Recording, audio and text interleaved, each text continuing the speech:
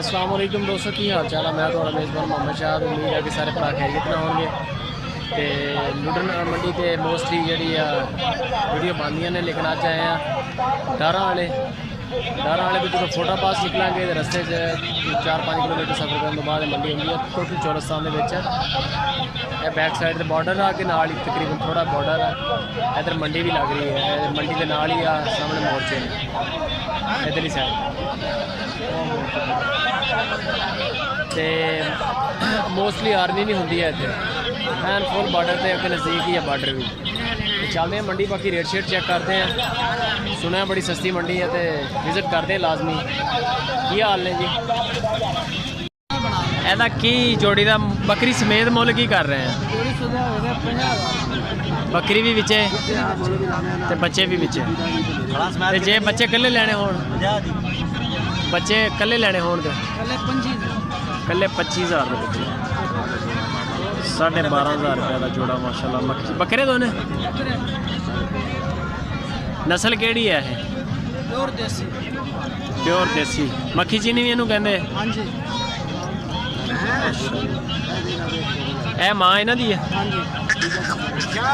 बकरी है जी, बकरी के बच्चे 50,000 रुपये सारा है। माशाल्लाह बच्चे बड़े प्यारे। नंबर शंबर है अपना? मोबाइल नंबर हैगा?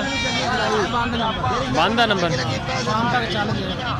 दे दें मोबाइल नंबर, जे अगर किसी को लोड़ पैगी तो बंदे रब्ता कर लेंगे। सुपर टीवी, हाँ जी सुपर आसलपुर। हाँ जी हाँ जी, नंबर बोलिए अपना। 0300 हाँ जी 237117 237117 74 73 23 117। नाम की अपना? इमरान। एक ही बकरी है इस टाइम? अच्छा आ भी अपना माल। माड़ा जा 2 मिनट टाइम दे दे, फिर रेट इन्होंने भी दस दे यार। सिर्फ 2 मिनट 1.5 मिनट लगना। चल इन्हों का, हाँ चल इतना कर, इन्हों का लाड़ का रेट दस दे। 25,000 कितने जानवर खड़े हैं? 17 बकरियां ही हैं सारियां? सारियां बकरियां गबड़ा ने या गबड़ा ने को दुध वाली गबड़ बकरियां भी पीछे ही है? हां जी पट्ठियाँ भी हैं पहले नहीं। 25,000 से पुठा पाएगा। बाकी अगर कोई लहदा देखना चाहे तो हो जाएगा। केड़ी जगह ते रहने वाले तुम? 117 मराज। 117 मराद है छोना वाली साइड पे।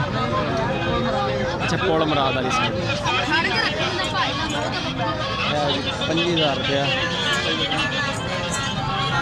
गुंजाइश भी हो जाएगी। 15-17 जनवरी तो है। सब मक्खी चीनी, काली चीनी,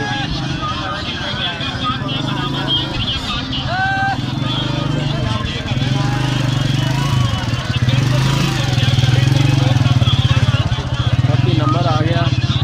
खरीदारी अपनी जिम्मेदारी ना करनी किसी भी नंबर तो बेहतर आके बंदा टाइम ले आगे तो बंदा फार्म इन्हों का विजिट कर ले। वाड़िया का माल होंदा ज़्यादा।